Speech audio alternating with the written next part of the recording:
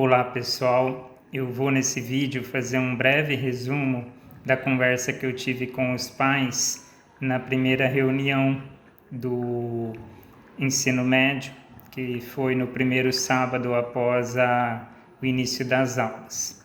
Tá? Eu comecei a reunião falando um pouquinho de como é ser aluno no ensino médio aqui no Colégio Ideal ou em qualquer escola, né? Existe alunos que eles estão frequentando o ensino médio com a mesma cabeça e com a mesma mentalidade do ensino fundamental 2, e existem alunos que traçam um plano, né, no ensino médio. A maioria dos alunos cursa o ensino médio com o objetivo depois de cursar um curso superior, né? E esse curso superior, feito numa universidade pública de qualidade ou numa universidade particular de qualidade, ele oferece uma concorrência.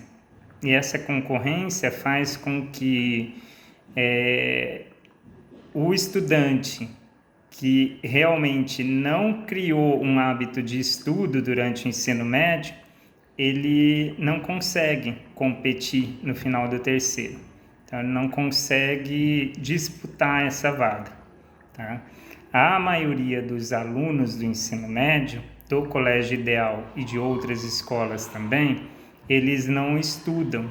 Eles frequentam aula, fazem tarefa e estudam para a prova. Isso é pouco eficiente pensando em aprendizado. Funciona para passar do primeiro ano para o segundo, do segundo para o terceiro e para ser aprovado no terceiro ano. Mas funciona pouco se a gente pensar num aprendizado de matéria ou se a gente pensar que o objetivo é depois disputar uma vaga numa faculdade ou num concurso público, né? E nessa disputa você vai ter que exibir um conhecimento adquirido durante 3 anos. O que a maioria dos alunos fazem? Eles assistem aula, chegam em casa, realizam uma tarefa sem reler o conteúdo da aula, sem registrar quase nada da aula, e isso não é estudar. E aí, na véspera da prova, eles estudam um volume grande de conteúdo, 60, 70 páginas, para vir fazer uma prova. Pensando em ser aprovado no ensino médio, no primeiro ano, no segundo, no terceiro, isso até funciona, né? Porque a gente tem na prova um conteúdo fragmentado sendo cobrado, e aí o aluno, como ele não tem tanta matéria assim para estudar para uma prova, ele consegue estudar de véspera. Mas pensando num aprendizado e pensando naqueles que vão querer prestar uma prova onde cai o conteúdo de todo o ensino médio, como é o vestibular, não é uma boa estratégia, tá? Porque eu não vou conseguir estudar de véspera para o vestibular. Então, o aluno que durante o ensino médio continua assistindo aula e simplesmente fazendo tarefa e estudando para a prova, na semana de prova estuda um volume grande de matéria, ele está pouco aprendendo, tá? Por quê? Porque o nosso cérebro ele não grava a informação na nossa memória duradoura, não há aprendizado se a gente não envolve emoção ou se a gente não envolve repetição, tá? Nas matérias, se não tiver curiosidade, se não tiver o interesse, é muito difícil envolver emoção. Então, na maioria das vezes, é mais fácil a gente envolver repetição. Por isso, o aluno precisa criar uma rotina de estudo. O que seria o estudo? Tá? O estudo seria chegar em casa, reler as páginas do livro onde a matéria está, tá? Por isso que a gente coloca lá naquela pastinha de conteúdo as páginas que devem ser lidas. Após essa leitura, o aluno deve ter um caderno de estudo, e nesse caderno de estudo ele deve fazer uma anotação de cada aula, mesmo que a aula não tenha tarefa, a aula teve conteúdo, e essa aula precisa ser estudada, tá? Então, após a leitura, o aluno vai lá e faz uma anotação na forma de um resumo, ou na forma de um mapa mental, ou na forma de um fichamento, para depois fazer o exercício da tarefa, tá?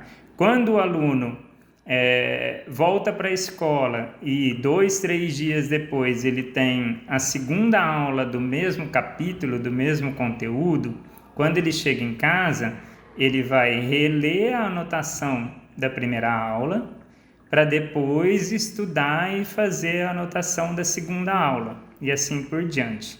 Quando chegar no final do capítulo, que geralmente tem 5, 6 aulas um capítulo, o aluno vai ter relido a primeira informação 5, 6 vezes. E na véspera da prova ele vai revisar esses resumos, essas informações que ele fez de anotação. Isso é estudar. O resto é fazer tarefa. Fazer tarefa não é suficiente pensando numa aprovação para vestibular, nem concurso e nem para aprendizado.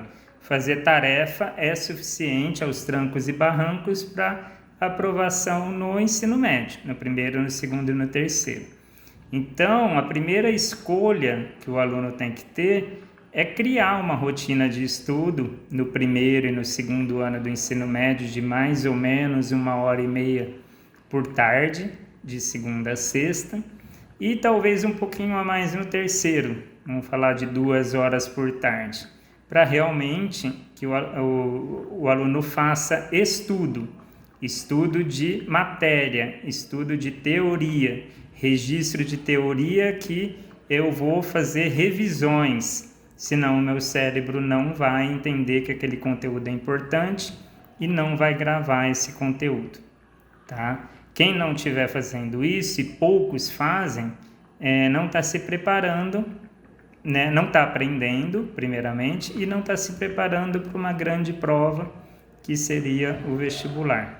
Então, a primeira escolha envolvida para os alunos é essa, né? Eu vou estudar para a prova, que é uma coisa que eu estou resolvendo um problema imediato, mas criando um problema para o futuro, ou eu vou criar um plano para estudar e poder estudar para uma coisa que eu vou enfrentar daqui 2 ou 3 anos, né? Para quem está no segundo daqui 2, para quem está no terceiro no final do ano, ou para quem está no primeiro daqui 3 anos. É a primeira escolha que eles precisam fazer, tá? Depois, quem tiver interesse, o Fausto vai dar cursos de como estudar com maior eficiência, eu também posso orientar. A gente pode orientar os alunos como fazer esse resumo, esse fichamento, esse mapa mental, como estudar de uma maneira mais eficiente para o aprendizado, tá? Pensando nesse estudo também, vocês podem ver que no livro do ensino médio do Poliedro, como já acontecia em algumas disciplinas no Fundamental 2, mas no ensino médio acontece em todas, existe um excesso de exercícios, tá? Esse excesso de exercícios é proposital. O Poliedro pensa que o aluno, no dia da aula, vai usar alguns exercícios na sala de aula, outros em casa para realizar a tarefa e outros ficarão sem resolução, né? Mas eles têm toda a resolução completa no site e quando o aluno for realizar uma revisão do conteúdo, ele não precisa procurar exercício extra na internet. Ele pode olhar esses exercícios que não foram feitos para complementar, para testar o seu aprendizado. Por isso, esse excesso de exercícios nos livros do ensino médio, tá? Outro ponto que eu trabalhei na reunião é a redação. A redação, a gente alterou o professor, né? Era uma disciplina que precisava de correções, a gente trouxe para o colégio um professor com vasta experiência em redação vestibular, um professor que trabalha no cursinho de uma escola que oferece cursinho para muitos alunos, uma escola famosa de Ribeirão, trabalha em cursos particulares de redação, então uma pessoa que tem bastante experiência com redação para vestibular. Ele colocou as regras, né, que o aluno escreva e reescreva a redação de uma maneira aceitável para o vestibular, e a nota da redação ela é única, tá? É uma nota que ela é atualizada no final do bimestre. Eles não têm prova mensal, bimestral de redação. Eles têm as redações que são feitas durante o bimestre e a média de todas elas faz com que o aluno tenha a sua média, que é repetida nos 3 campos no final do bimestre, tá? Na prova mensal, na bimestral e na tarefa. O aluno que não conseguir média de redação agora em 2024, ele vai ter que fazer a recuperação de toda a disciplina de português, da parte de gramática, de literatura e de redação, tá? Então, a disciplina torna-se única, apesar das notas serem computadas no boletim separado, tá? Outro ponto que eu trabalhei com os pais é em relação à sala de aula, o comportamento. A gente tem uma folhinha que é o Pare, Pense, Saia, e ali são anotados os episódios onde o coletivo é prejudicado. Então, o aluno que conversa, o aluno que atrapalha a aula, o aluno que levanta na hora inadequada durante a explicação, e esse aluno é anotado na folhinha do Pare, Pense, Sai. 3 anotações na semana, ele sai para conversar com a coordenação e é divertido e orientado, tá? O aluno que come na sala de aula, tudo isso é usado a folhinha do Pare, Pense, Sai. Não é usada a folhinha do Pare, Pense, Saia no caso de o aluno estar com o celular na sala de aula fora da mochila, tá? Ele vai embora direto. No caso do aluno desrespeitar o professor na sala de aula, né? Então ele também vai embora direto. No caso do aluno agredir um colega ou um funcionário, ou no caso do aluno depredar o patrimônio, tá? Estragar de propósito carteira, cortina, parede, alguma coisa da estrutura da escola. Esses casos o aluno vai embora direto, independente do Pare, Pense, Sai, tá? Uma outra coisa que a gente conversou é em relação aos trabalhos em grupo, tá? A gente orientou os professores para que o trabalho até seja dado em grupo, mas as tarefas desses trabalhos são individuais e cada aluno sabe, então, exatamente qual é a sua parte do trabalho.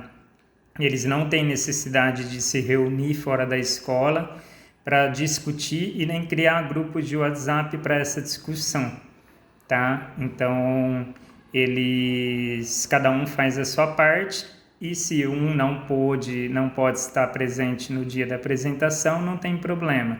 O resto do grupo apresenta e depois aquele aluno se acerta com o professor, tá? Outro ponto que eu trabalhei com os pais é em relação ao site do poliedro. O site do poliedro, além dele ter o gabarito de todas as questões, a resolução, um conteúdo extra de vídeos, temas de redação que não estão no livro, ele também oferece um feedback dos simulados. Então, ele oferece uma correção e um relatório especial do próprio poliedro. Mas, para isso, os alunos precisam estar com a senha ativa.